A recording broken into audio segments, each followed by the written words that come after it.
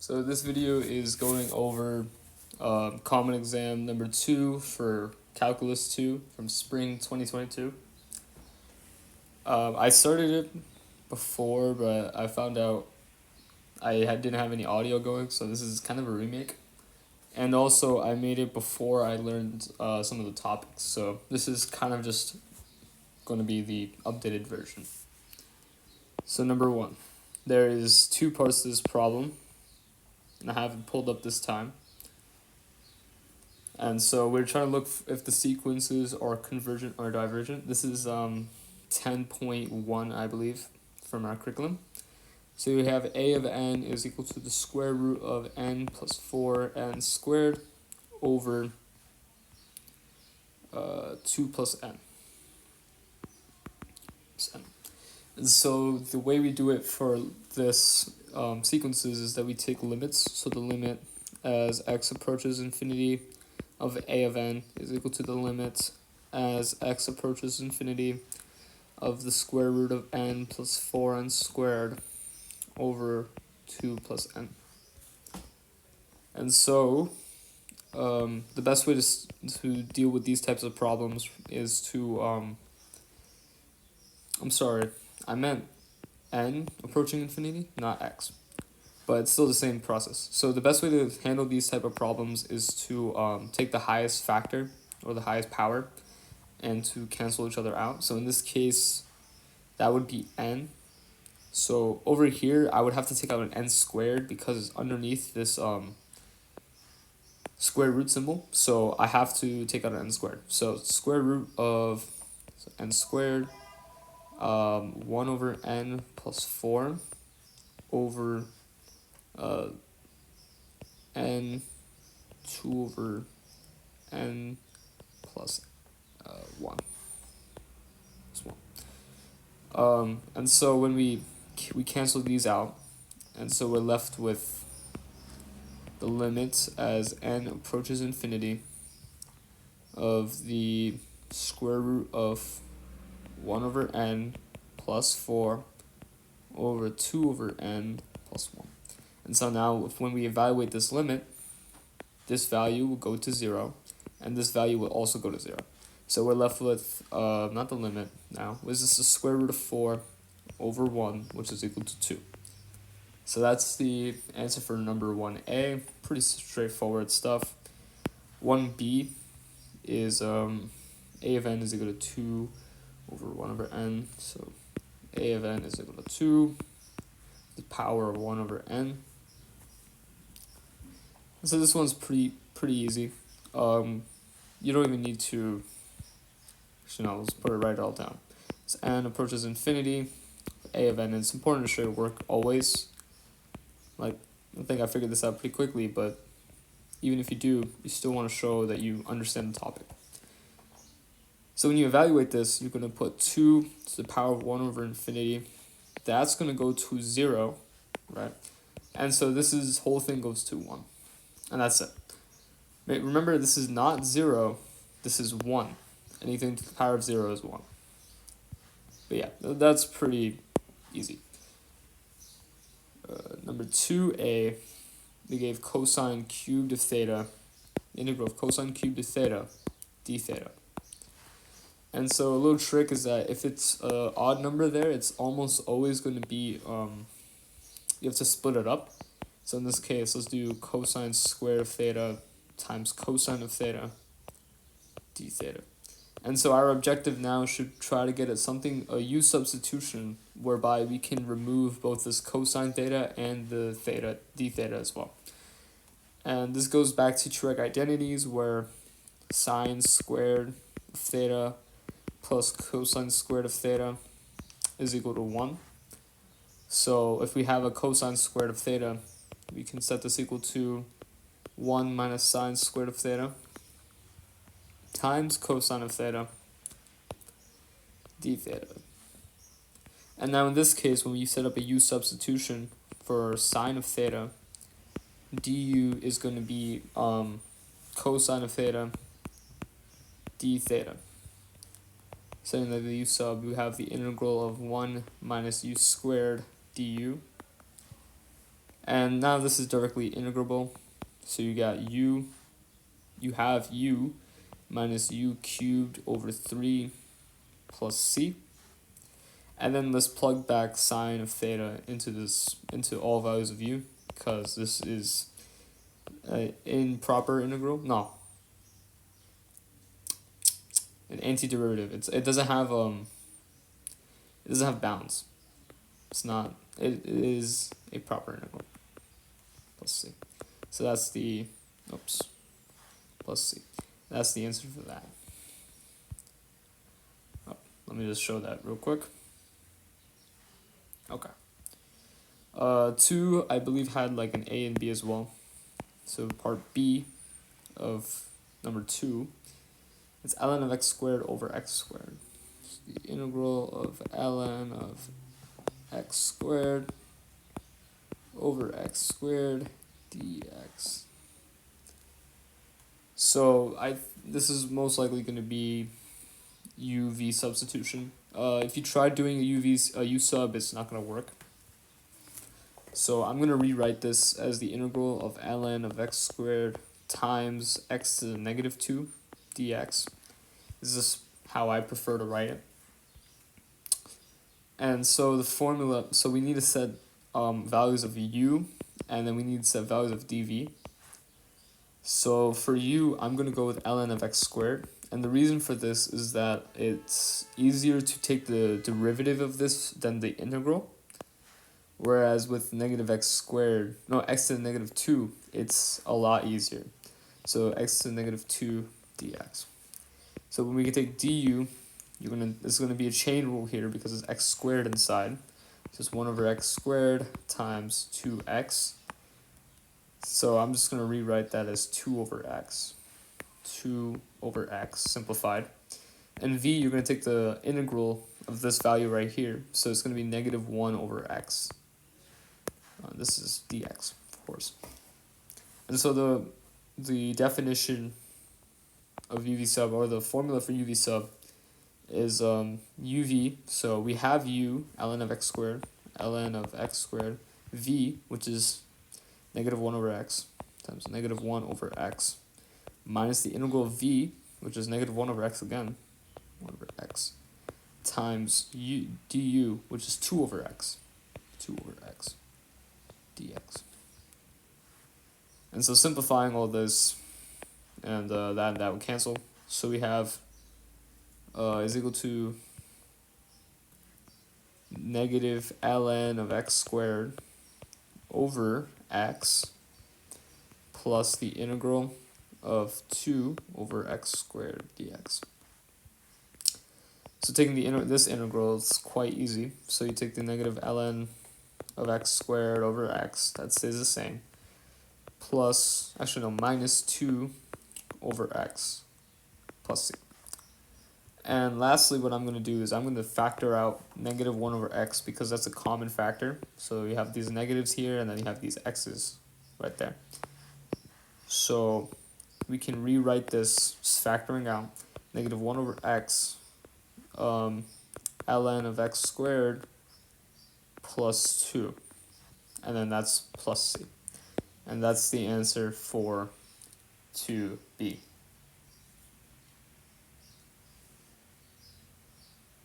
Okay. For number 3, it's going to be, okay, so 3a, it's another a and b situation. Integral square root 4 minus x squared, okay. Integral 4 minus x squared, I think those are square root. Yeah, square root dx. Okay, dx. This is going to be our trig substitution. So there's like the 3 formulas that you always need to know. It's a squared plus x squared, a squared minus x squared, and then x squared minus a squared. This is a case of a squared minus x squared. So we need to use sine theta, right? You do need to memorize that, all 3 of those. So it's just, easy. Okay, so the first step we're going to define what x is. So x is equal to a. So in this case, a is 2, right? Because this is the squared value. So we can rewrite this as 2 squared. So a is 2 sine theta. We want to define dx, which is the derivative of this. It says 2 cosine of theta d theta. And you always want to remember to put d theta there because that also has to go into the integral. And lastly, what we want to do is define what sine of x is. So sine of x, or sine of theta, sorry. Sine of theta is equal to x over 2. And so if you draw a triangle, which by the way you don't have to, but I guess it's good to, I recommend it. You can determine what the sides are. So sine is opposite over hypotenuse. So you have an opposite right here and a hypotenuse right here. So it's x 2, and then you can make out this is x squared. So if you use a squared plus b squared is equal to c squared, you could tell that this is 4 minus x squared. Because you have a c and you have a b, you're just looking for, or you have a c and an a, you're looking for that b. This is the b right here. So that's how you solve for that. And so I'm going to rewrite this integral in terms of theta now rather than x. And so the integral of the square root of 4, that's the same, minus, instead of x over here, we're going to plug in this value that we found. So it's going to be 2 sine of theta squared. And dx is not going to just turn to d theta, right? Because we established that it's worth more, or it's worth different amounts. So it's 2 times 2 cosine of theta d theta. And that this is the integral that we have to solve. So obviously the first step is to actually square that value.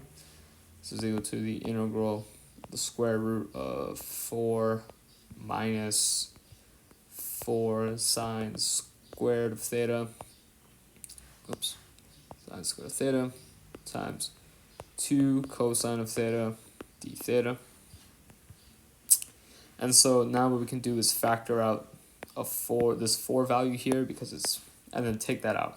So it's equal to the integral of the square root of 4.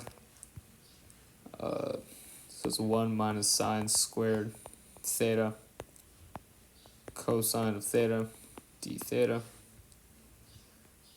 2, of course. Don't forget the 2. And when this comes outside, since now we can remove it, it's going to be 2. So we're going to write this as the integral of 4, right? Because there's 2 here and then this 2.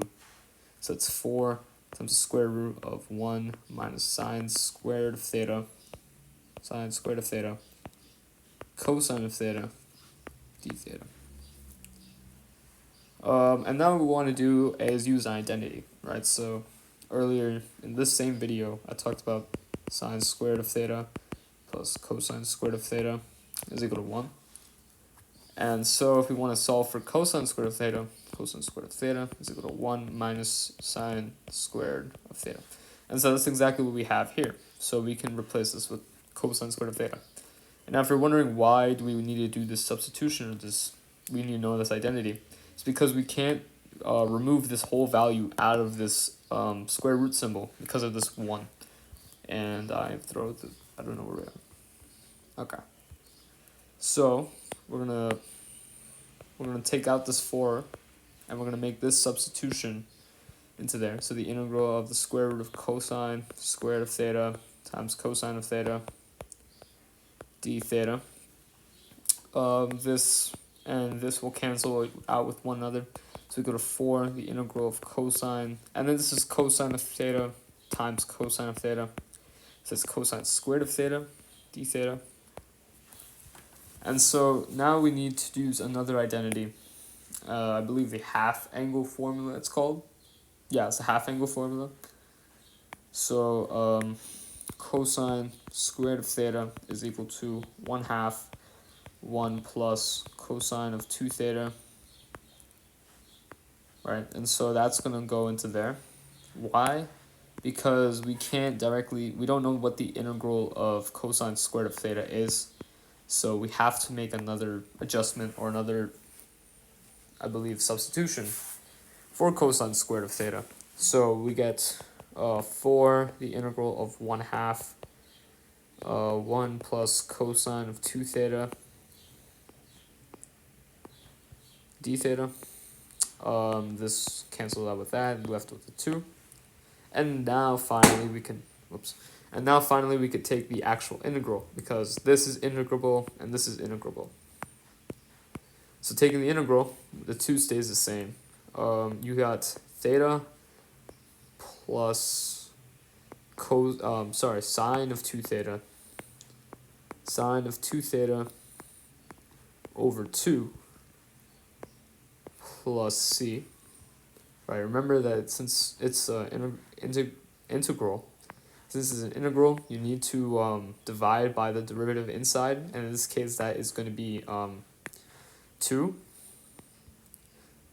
Well, I mean, in this case it's 2. I mean, not every time you can. Sometimes you do use sub, but the point being that this is the, and there's a small problem, because now when we have to turn back to x, right, because that's the main goal, right?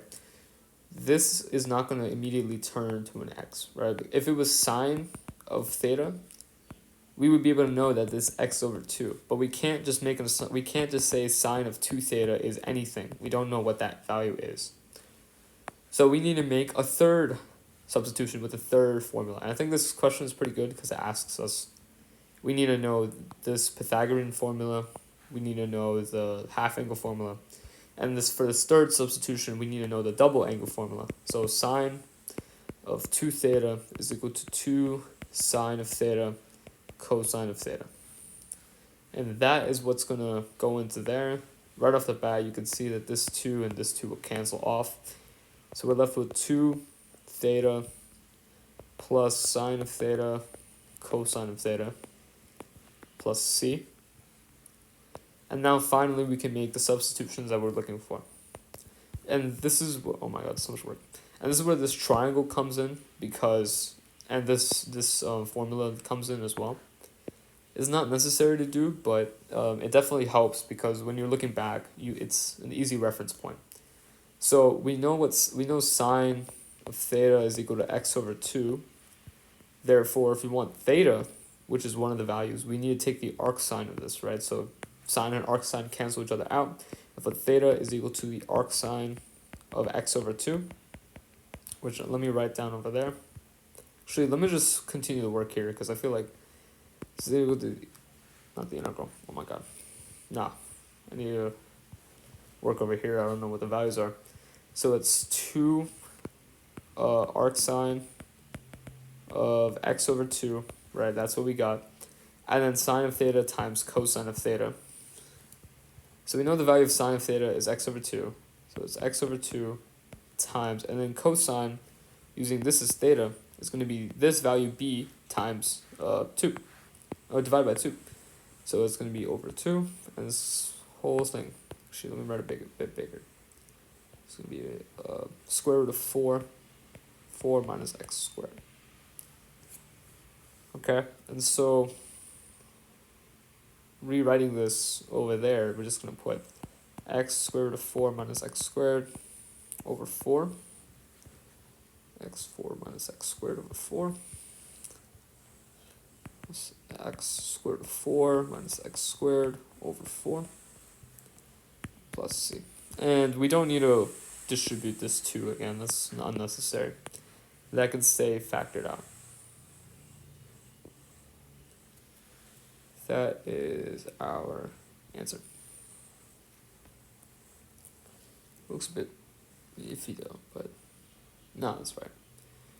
Okay, so that is number 3, I believe. I got to, yeah, number 3. And I don't think there was a second part to this. 3. Oh no, there is a second part to this. Okay. So part B. This is part A. Yeah, should check that. So it's 1 plus tan x plus times cosine of x. Integral of 1 plus tangent x times cosine of x plus tan of x times cosine of x dx. Okay. I believe I did this something earlier related to this. No? Okay. It might have been the fall 2019 one. Yeah, I got stuck on that one, so video will be out later, but tangent x is equal to sine of x over cosine of x. And so to start off, so we can't use identities here because this is not squared value, but we can use like a normal just plugging this value in. So we're gonna re-put this as the integral of 1 plus sine of x over cosine of x times cosine of x, times cosine of x dx. And the easiest case forward from here is to distribute this cosine of x into both of these terms. So you have the integral, which is equal to the integral of cosine of x plus sine of x over cosine squared of x dx. And we can break this up into two integrals so that way we can solve. So you have the integral of cosine of x dx plus the integral of sine of x over cosine squared of x dx. And so this one right off the bat you can integrate that, but over here you need to use a u substitution, whereby u is cosine of x, and so therefore du is equal to negative sine of x dx. I'm sure there's another way to do it if you really want to, but like using a formula or anything, but the best way forward I think is just using a u substitution. It simplifies it. And so this right here, let's take that over, is going to be sine of x plus, and then doing this, the integral itself, you're going to get the integral of 1 over u squared du. So it's actually a minus sign here. Oops, 100%. So it's negative 1 over u in this case being cosine of x plus c. And we should, I would say, make a simplification of this value here. So sine of x is the same, minus, and cosine of x, 1 over cosine of x is equal to secant x plus c. So that is 3b for you. Oh, let me just show that real quick. If you're writing it down or anything, or you could just pause, that's probably smarter. And so that's 3b. For number 4, I believe 4 also has 2 parts. Yeah. Square root of x squared minus 16. Integral 1 over the square root it was x squared minus 16. X squared minus 16. X squared minus 16. Okay, and in this case too, it looks like another dx. It looks like another trig substitution. Maybe this one didn't have to be trig sub. I didn't see anything at the time. But yeah, this one looks definitely trig sub. So we're gonna have to do another one of those. I think trig sum is one of the harder ones, so I guess it's good practice anyways. And so we see an x squared minus 16. So this is going to be our case of secant theta. Right. Yeah, there's nothing else I could do. So we take, so we have the value of x is equal to a. A in this case, so this is the same thing as writing 4 squared. And so we have 4 secant theta. Dx is going to be, so you keep the 4, secant theta times tangent theta d theta. Oh, let me just delete that. And then lastly, we have to solve for secant of theta, which is equal to x over 4. And in this diagram here, which I wish it was actually, nah, it's fine. Okay, maybe it's not fine. And then this diagram over here, so we know the value, what cosine is, right, which is adjacent over hypotenuse. So now it's just the opposite of that, so it's hypotenuse over adjacent. And you're left with x squared minus 16, right?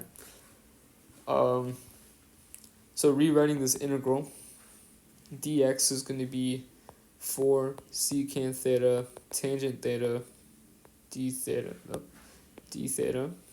over the square root of, and I'm going to directly square this, taking it inside, just to save time, 16 secant squared of theta minus 16, right? And so the first step here now is to take out the 16 and factor it out. So just 4 secant theta tangent theta over square root of 16 secant squared of theta minus 1. I'm going to do two things at once here. I'm going to take out the 16, which is very sloppily made, but there's a 16 here, times secant squared theta, oh my god, secant squared theta minus 1, right? So I'm going to take the 16 out, giving it a 4, so this 16 and this 4 will cancel, as well as making a substitution of this value here, right? So we know tan squared of theta plus 1 is equal to secant squared of theta, so taking this 1 on the other side would get this value as tangent squared of theta, d theta. And so we get the integral of secant of theta, tangent of theta, over tangent of theta, right? Because it's tan squared, and if it's in the square root, it's just tangent theta, d theta. So this goes away and this goes away. So all we're left with here is just a secant of theta, the integral of secant of theta, d theta. So we do need to know, hopefully we're not going to run out of space here or anything, or run into the other problems. So you do need to know what the integral of secant theta is. I believe that was also in like 8.1. But if you don't know, please do learn it. It's the natural log of the absolute value of secant theta plus tangent theta, and then plus c, of course. Memorize this, please. It's in a lot of the past common exams have these. Okay. So now we need to make our substitutions. So the ln stays the same. Secant theta, we already established that it's x over 4, so we could just put that in. X over 4 plus, and then for the opposite over adjacent, it's going to be, I believe, 4 over the square root of x squared minus 16 plus c. And just to double check, we'll go back here to our triangle. So it's,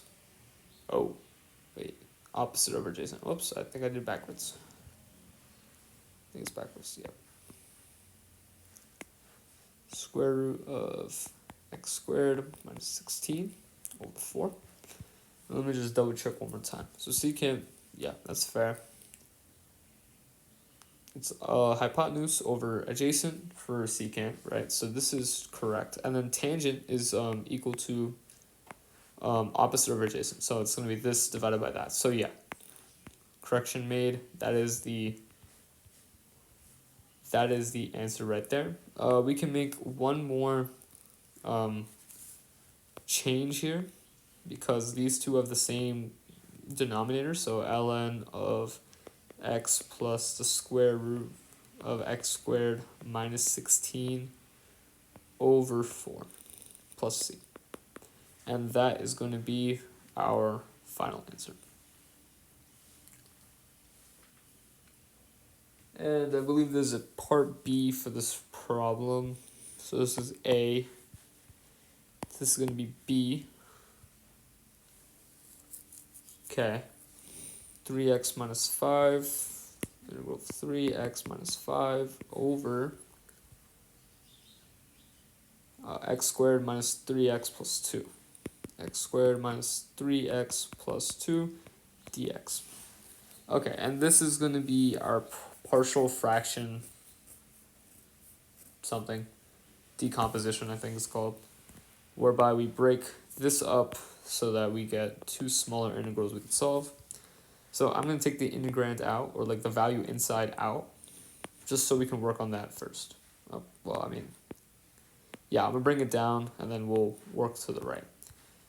So we have 3x minus 5 over x squared minus 3 minus 3x plus 2.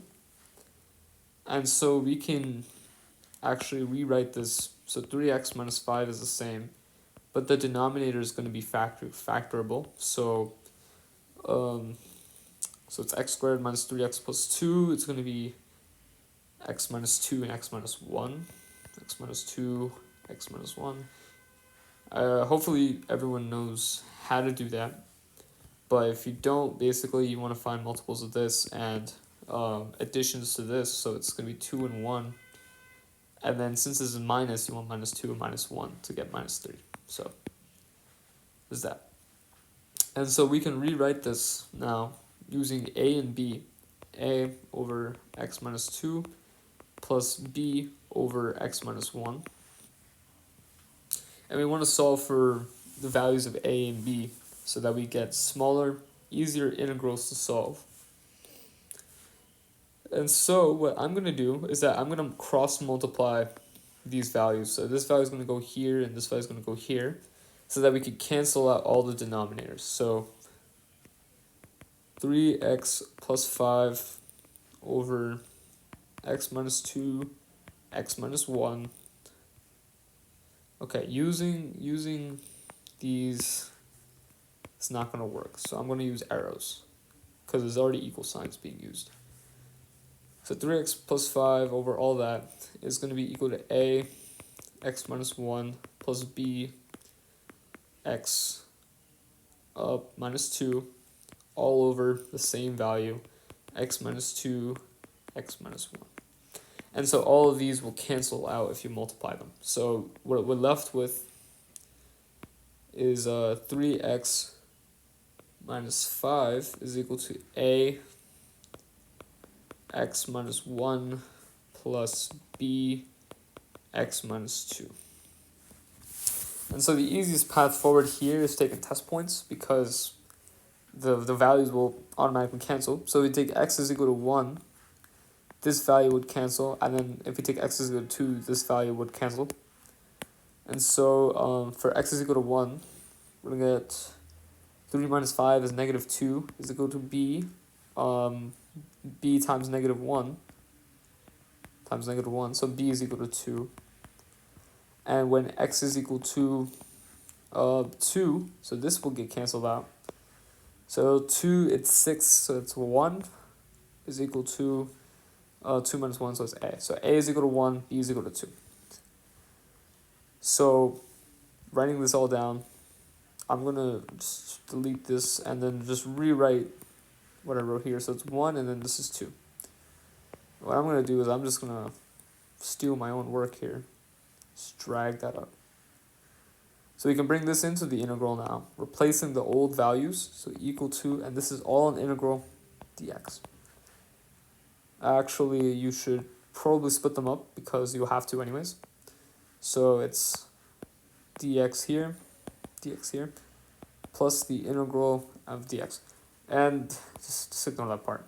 What you do need to remember is that a has to go over the original value that it was over. So in this case, a was over x minus 2. Even though you're multiplying it with x minus 1 here, it's over x minus 2. You can't change that. Otherwise you're going to get a wrong answer. So now this is u substitution, or you can directly integrate, depending on how you do it. I'm going to directly integrate. If you don't know how to directly integrate, you take u equal to these values, and you're going to get the same answer. It doesn't really matter. But I'm going to directly integrate, and if you know it already, it's fine. So it's ln of the absolute value of x minus 2 plus 2 ln of x minus 1. I'll just change the 1, plus c. And so that's going to be an answer for that. Number 4b, I think. And right, again, if you don't know how to integrate this immediately, just take a u substitution. It'll get you the exact same answer. It'll just be a little easier. It's the absolute value of m. So that is the answer there. Number 5. Yeah, number 5. Okay, more evaluating integrals. Secant cubed of theta, tangent theta, d theta.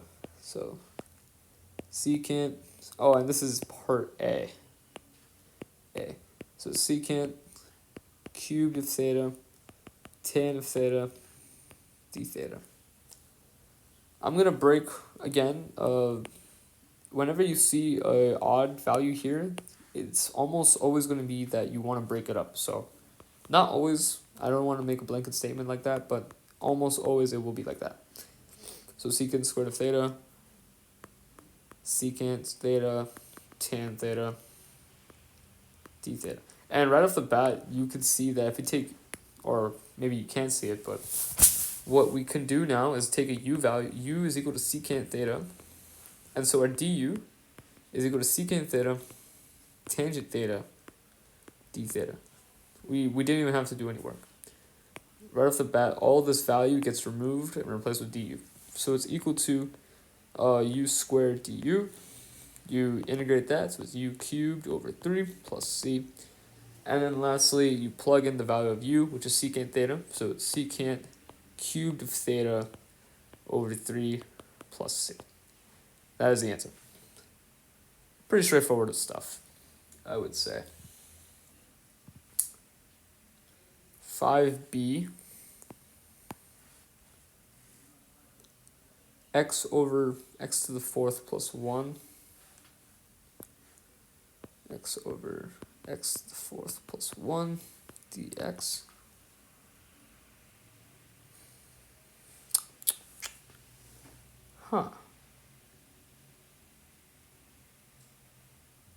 This could be done with integration by parts, but is there a better way? Okay, I think I'm going to do it integration by parts. See no other hyperbolic.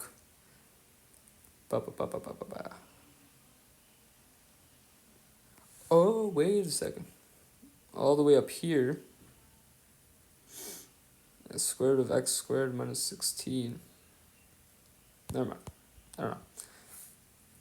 Maybe I had an 8.1 realization at some point, but I'm not finding that now. Definitely not now. This is going to be your integration by parts, almost likely, and if not, cry me a river. So, I can rewrite this as the integral of x times x to the 4th plus 1 to the negative 1 power? Okay, this is really weird. I'm going to do some dilly-dallying real quick. I'm going to be right back. Okay, I figured it out. It's, I think it's a trig sub. Because actually, if you look at it this way, you take a triangle. Actually, no, I'll just do it. Oh my god. So instead of having like x, right, it's going to be like x squared is equal to, a in this case is just 1, so it's going to be tan theta. I'm not crazy in love with this, but I think this is how you do it. So dx, well actually it's going to be 2x dx, right? 2x dx is equal to, because you have to take the derivative, right? And the derivative of this is 2x dx, not just dx, is equal to, and 1's going to be the same, but you have secant squared theta d theta. And what this will do, what this 2x will do, is that it will help cancel out this x that's on the top here. So, yeah, that makes sense why. Although that threw me off a little bit. So tan theta is equal to x squared over, well, you don't really write over 1, but I guess when drawing the triangle, it just helps out to have it. So it's opposite, so x squared over adjacent, which is just 1. And so this is going to be x squared, x to the 4th plus 1. just like that. So rewriting this, we have the integral of, so it's just 1/2, yeah, 1/2, actually I'll write that outside. 1/2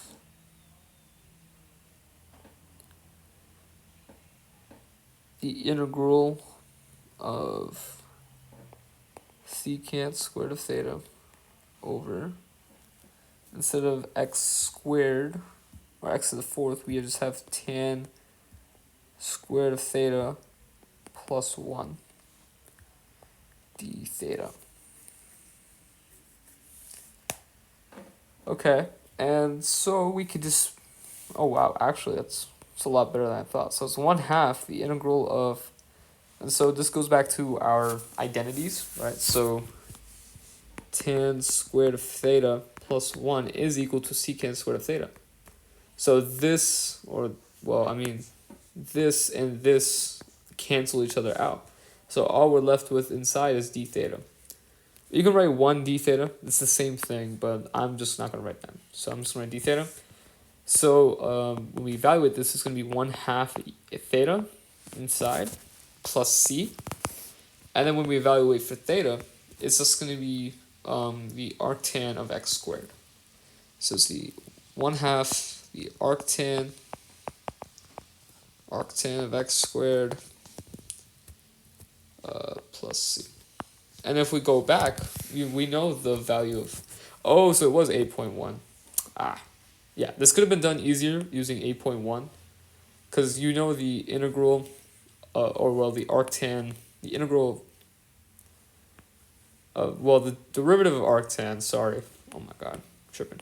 So arctan's derivative is equal to 1 over x. Actually, I'm going to use a different value. I'm going to use a squared, right, because we have a value x there, plus 1, right?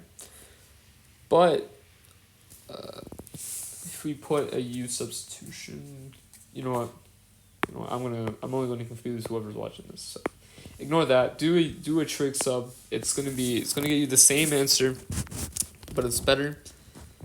Maybe if you do understand 8.1, maybe I should understand it more. But if you do understand it, definitely that's gonna be the easier option. That's what you should have probably used, but I should have probably used. But it doesn't really matter. Both of them get the same answer. Number 6. Okay, apply the direct comparison test to determine if the following integral converges. Okay, so we have the integral from 0 to 1 of 1 over x squared plus the square root of x dx. And so for the direct comparison test, which we have to use, this one they require us to use it, and some of the other ones they just say use whatever you can or whatever you need to, and it will only allow you to use one. But in this case, they tell you to use DCT. So DCT is required, right? I'm going to set this equal to I, and that's just going to help me word it at the end or whenever I'm writing it. So f of x is going to be everything that's inside of here, right? We don't change that at all. F of x always stays the same. So it's 1 over x squared plus the square root of x. And for g of x, I'm going to use 1 over x squared as my value. Why? I could technically probably use this, but I guess a good rule of thumb is to use the highest denomination, because that dictates how the graph goes. And so we also need to set an inequality. So f of x in this case is always less than g of x, because the denominator here is always going to be bigger than or smaller than the denominator here. And since the denominator is smaller, the whole value is bigger. And so what we want is that we want a convergent value. If this is not convergent, this is wrong. So the integral from 0 to 1, and now we use g of x, 1 over x squared dx. Please do not use the p-test. No p-test here, because this has to go to infinity. This has to be above 1 for the p-test to be work. So, or 1 or above for this bottom value. So do not use the p-test. Directly integrate instead. You get negative 1 over x, evaluate between 0 and 1. Actually, hold on. We need to set a limit, because we can't just evaluate for 0. So the ln, oh, not the ln, the limit as r approaches 0 from the right, because it's the bottom bound, it's the integral of 1 over x squared between r and 1 dx. So we evaluate the limit now, not the limit, the integral. So you get negative 1 over x evaluated between r and 1.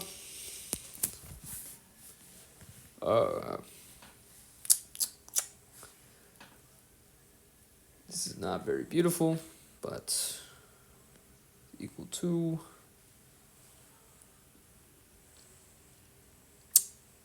the limit. I just realized I'm writing downward and not to the right, but so I was going to continue writing. You know what? I'm going to move this real quick. Because, writing to the right is just easier for me. So the limit as r approaches infinity, 0 from the right. And actually what I'm going to do is I'm going to remove a factor out that negative. So we're left with 1 over 1 minus 1 over r. Okay? And so, actually, hold on. So it's equal to negative the limit. Actually, no limit. I'm gonna evaluate. I think this is test fails actually. Yeah. It's negative 1 minus infinity. The test fails. Test failed. So we can't use that g of x in this case. In most cases we would be able to, but I guess in this case we cannot. Okay, so we still need to use DCT. DCT is the only way we're allowed to do this. So let's reevaluate. F of x stays the same. 1 over x squared plus the square root of x. G of x, now we're going to take this value here. So it's 1 over the square root of x. And if you have like something like this and it doesn't work out, make sure that you keep the work. Don't just erase everything. Keep the work and then write test failed, okay? That's going to get you points because usually it would be like this. This would be the answer. So I guess in this case it's not. So we will do it like that. So f of x is still greater.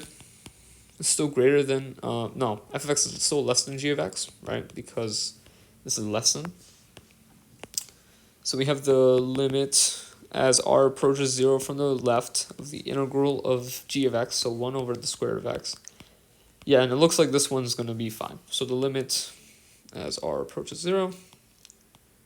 And make sure you put this plus sign here. That says that's coming from the right. It needs to be there because sometimes there'll be cases when you do need that. So it's 2 square root of x. This is between r and 1. Between 1 and r. Or r from r to 1. And then when we evaluate this, yeah, this is correct. So we take out the 2. So you have just square root of 1 minus the square root of r. And then when you evaluate the limit, so you just have 2 square root of 1 minus the square root of 0. So that's obviously 0, right? So all you're left with is 2 times the square root of 1, which is just 2. So this is convergent, right? Because it goes to a set value, it's not negative infinity or infinity. Therefore, and then we have to write it. We have to write out all the work. Thus, or therefore, this I write I, right? Because I just said it in the beginning. Otherwise, you would have to write everything in the equation, right? You never write f of x. F of x is technically wrong. Because f of x isn't an integral. F of x, what you defined, or we defined in this case, is just a function here. So it's not an integral. So we need to write I, or you need to write everything out from here, okay? I definitely lost points on a quiz for that or something, but Therefore, I is convergent by the DCT, or direct comparison test, whatever. And that is the answer for number 6. I'm at 6A. 6A. For 6B, it asks us only to use the limit comparison test. And oh boy. So it asks us only to use the limit comparison test to determine convergence. So the integral from 1 to infinity of e to the x over x to square root of e to the 2x plus 4 dx. Okay, and we have to use LCT. So I'm going to set this equal to I, right, just to simplify it for myself at the bottom. So f of x is going to be the same thing as before, e to the x over x to the square root of e to the 2x plus 4. G of x is going to be, I'm going to set it to e to the x over, and I'm basically just going to remove that x value there. Again, it's just something just to simplify for myself later on.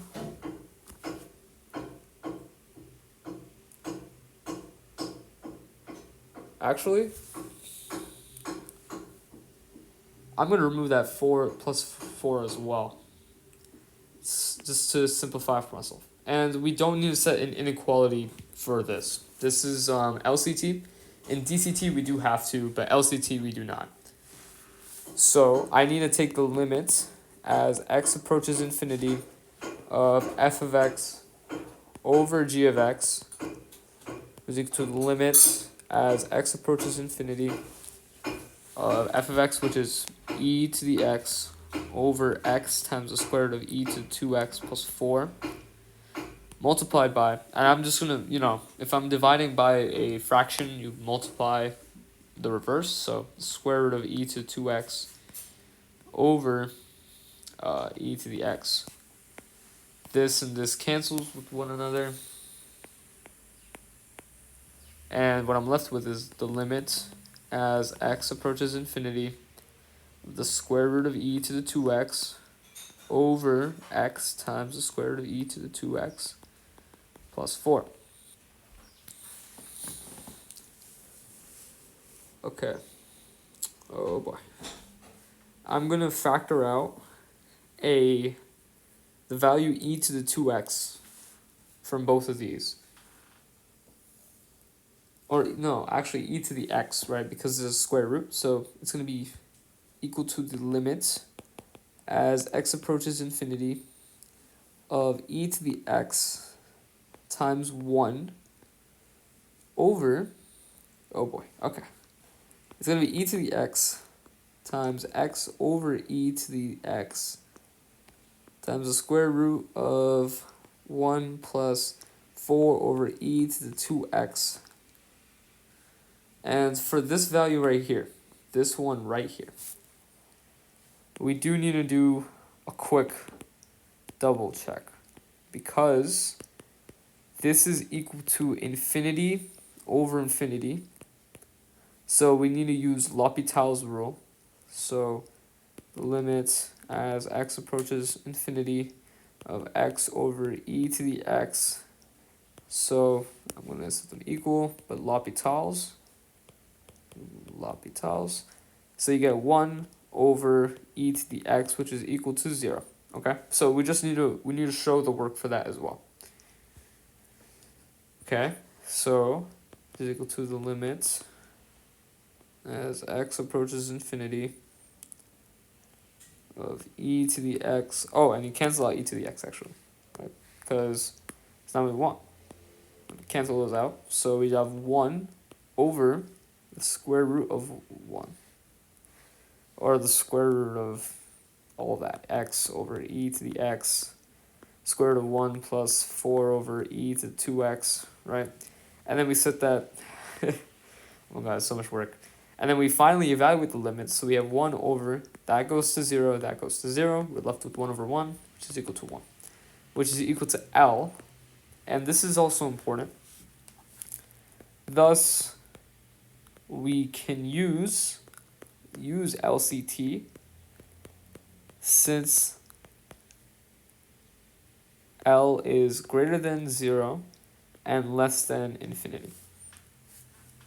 And so what all this whole thing, all this limit was giving us the ability to evaluate using LCT.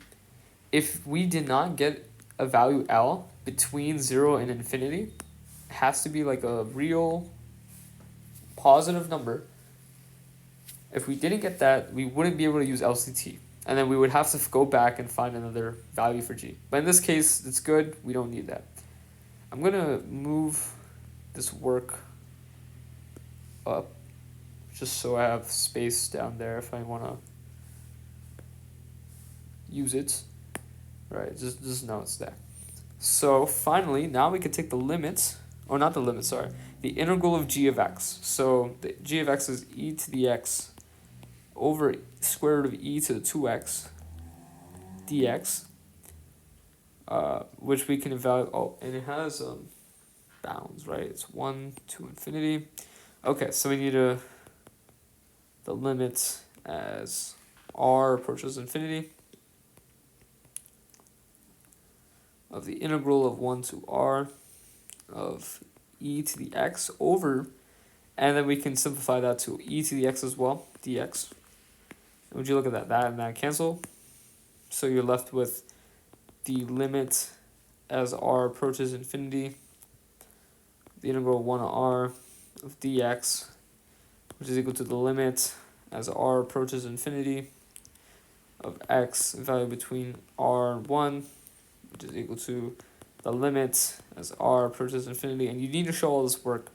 It's important. It's very important. So it's r minus 1, which is equal to infinity. So this is divergent, right? Divergent.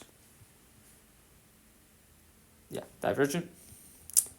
And then we need to write that out. Therefore, or thus, therefore, I is divergent by LCT. Got a little something on my iPad. Okay, and there we are. Therefore, I is divergent by LCT. First, we proved that we can use LCT. That's what this part is all about. That's what we're doing here. Whoops. So we're doing there. We proved it because L has to be between 0 and infinity. Usually it's going to be 1 or 2, some small value. And then we took the value of g of x, and then we integrated that. And then no matter what we got here would be the same answer for f of x. So we got divergent here, therefore I, or the integral of f of x, is divergent. Number 7, oh my god, so many questions. Number 7, oops. Estimate the following integral using the trapezoidal rule with n is equal to 4 steps. Then find an upper bound on the error in estimating this integral using the trapezoid rule with n is equal to 4. Okay. Trapezoidal rule. That is going to be t, or the formula for t, is equal to delta x over 2 y0. Actually, let me add some space here. I don't want to see that. y0 plus 2y1 plus 2y2 plus 2y3 plus y4. Maybe you're asking why I'm not using y of n, because we know n is equal to 4, so I just went directly to 4. In most cases, they're going to use 4. And also in most cases, they're going to use trapezoidal rule, but you should know Simpson's rule, and you should know what to do when n is not equal to 4. So the first step is finding this delta x here. So delta x is equal to b minus a over 2. And so they gave b and a as 0 and 2. We see that right there in the integral, right? So it's from 0 to 2. So it's 2 minus 0. over n, not 2, over n, and n in this case is 4, so it's 4, so this is equal to 1/2. And let me write down this integral as well, because it seems like I should. So it's 0 to 2 x cubed minus 1. 0 to 2 x cubed minus 1 dx. Whew. This is a lot of talking. Okay, we don't want to take the integral directly. Don't think, we're not taking this integral directly. I just wanted to see it on the tablet, I guess, or on the notes. Next, we want to make a chart. Charts are like the easiest way to do this, but you could just run the numbers in your head, I guess. So you have x, you have your y. Oops, that doesn't look like a y. You have your y. You have x0, x1, x2, x3, x4. I'm not drawing lines for that. And so the starting bound is always going to be that value right there. The end bound is going to be that value 2. And then you're going to increment based on this delta x that you found. So we found 1 over 2, 2 over 2, and 3 over 2. Straightforward. And what we're going to do is plug each of these values into this f, or into this function right here that we found, and then get y values. So we have y of 0, y of 1, y of 2, y of 3, and y of 4. And these are the values that we're going to put in, not the x values. Please make sure you put in the function. This is why we do a graph, or like a table. So 0, this is going to be negative 1. 1/2 cubed, 1 over 8 minus 1, negative 7 over 8. It's 1 minus 1, that's 0. 3, it's still going to be, 3 over 2 cubed is 27 over 8 minus 8 over 8. So that's 19 over 8. And lastly, 2 cubed is 8 minus 1 is 7.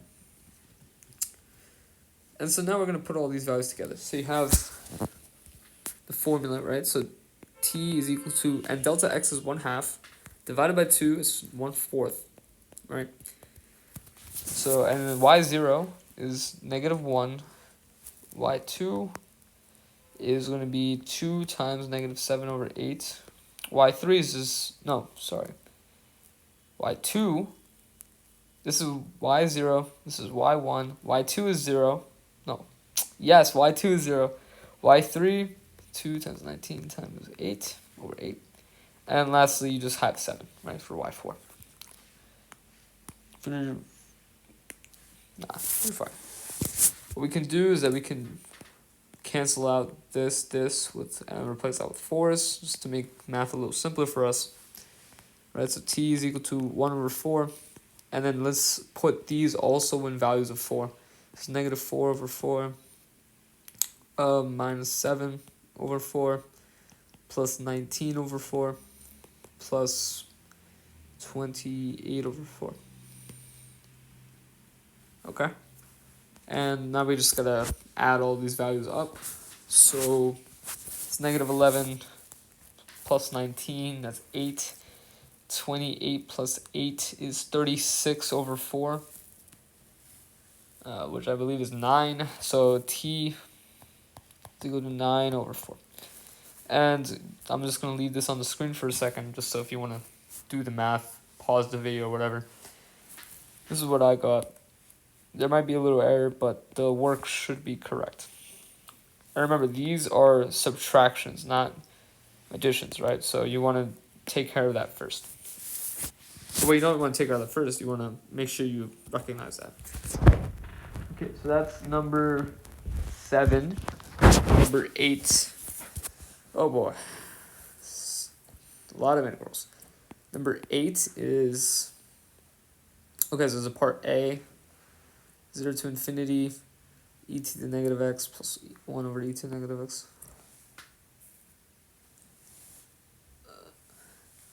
E to the negative x over 1 plus e to the negative x dx.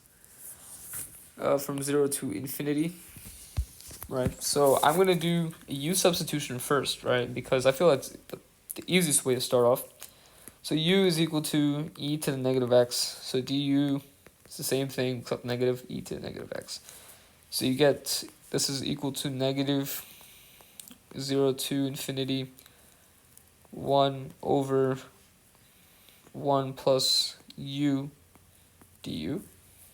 Wow, that's a lot simpler, right? Now we want to take the limit, so negative the limit as r approaches infinity, the integral from 0 to r of 1 over 1 plus u du.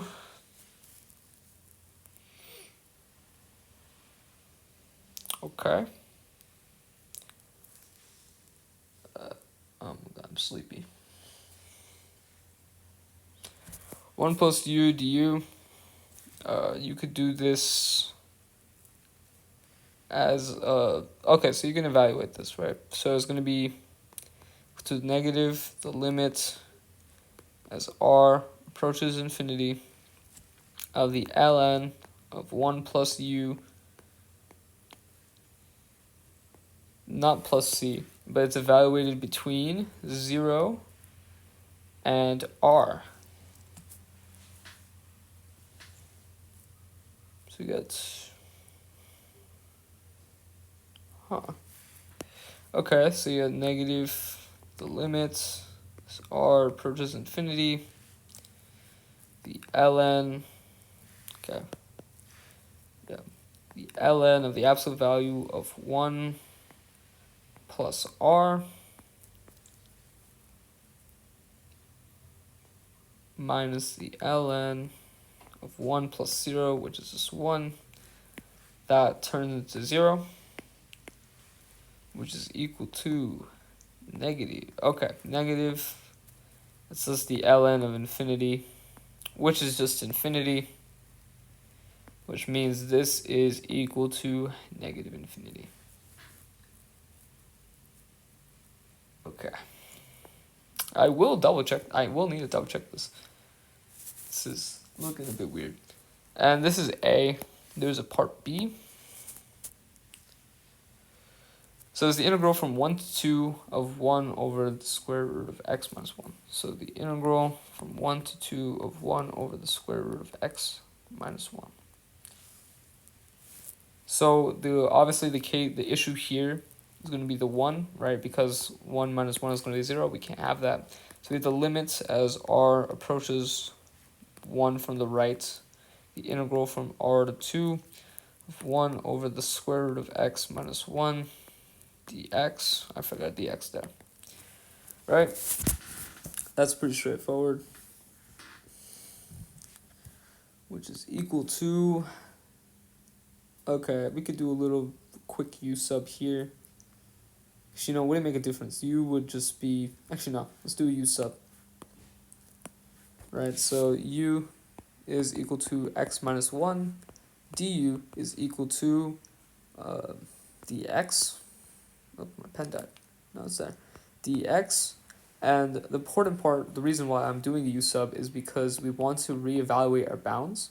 So when x is equal to 2, u is equal to 1.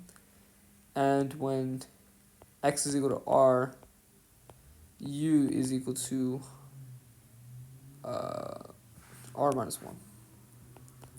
R minus 1. So what this means is that the limit as r approaches 1 from the right of r minus 1 to 1 of 1 over the square root of u du. So now we're doing it solely in terms of u, not in terms of x. So take the limit as r approaches 1 from the right of 2 the square root of u evaluated between 1 and r minus 1. So you get the limit as r approaches 1 from the right. A factor out the 2 as well. So it's the square root of 1 minus the square root of r minus 1. So now we can evaluate the limits. 2 square root of 1, or just 1 1 minus square root of 1 minus 1, obviously, that is 0. So all you're left with is 2. And that is your answer. Pretty good stuff. Yeah, this one looks nicer. Number 9. I believe this is the last question.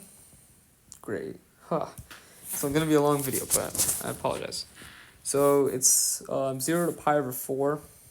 0 to pi over 4 over secant to the 4th of x over square root of tangent of x dx.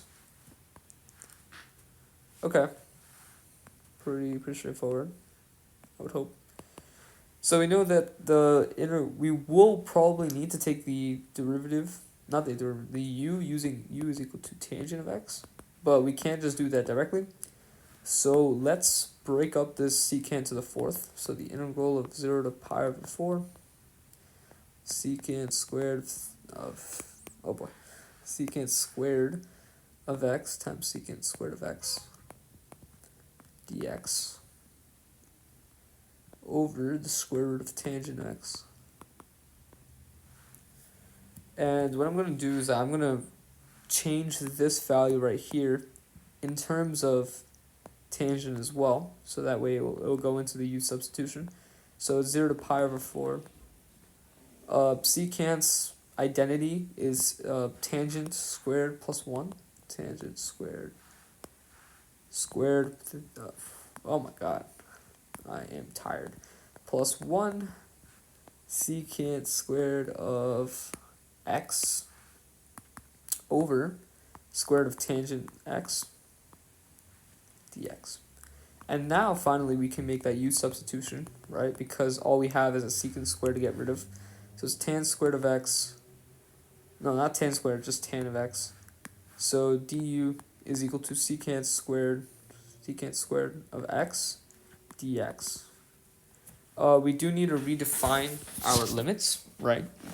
Whoops. So when x is equal to pi over 4, u is equal to tangent of pi over 4, which is equal to 1. And when x is equal to 0, u is equal to tan of 0, which is equal to 0. And if you don't know what tan of pi over 4 is, just think sine of pi over 4 divided by cosine of pi over 4. So they're the same thing, right? So that's why you get 1. So let's rewrite this based on our new integral. So it's 0 to 1, which is pretty nice, right? It's u squared plus 1 over the square root of u du. And the best way to do this probably is to break it up. 0 to 1, u squared over the square root of u du plus the integral from 0 to 1 over 1 plus over square root of u du. This one we can simplify, right? So this can also be thought of as u squared over u to the half, right? Which is equal to u to the 3 over half. This is something you might have learned back in high school, maybe hopefully you remember. But if you have the same base and you multiply or divide, they basically add or subtract. So in this case, they would subtract from one another, the exponents. So u to the 3 halves, the integral of that would just be 2/5 u to the 5 over 2. Evaluated between 0 and 1 plus, and this is going to be 2 the square root of u, evaluated between 0 and 1, which is equal to 2 over 5 plus 2, because if you plug 0 in for either of these cases, it's just going to be 0. So this is that, so you get 10 over 5, so it's the same thing as 12 over 5. That is the last question. Oh, let me keep that there for a second.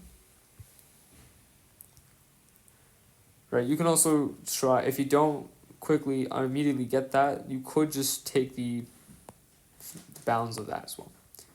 But other than that, yeah, that is the last question on this exam.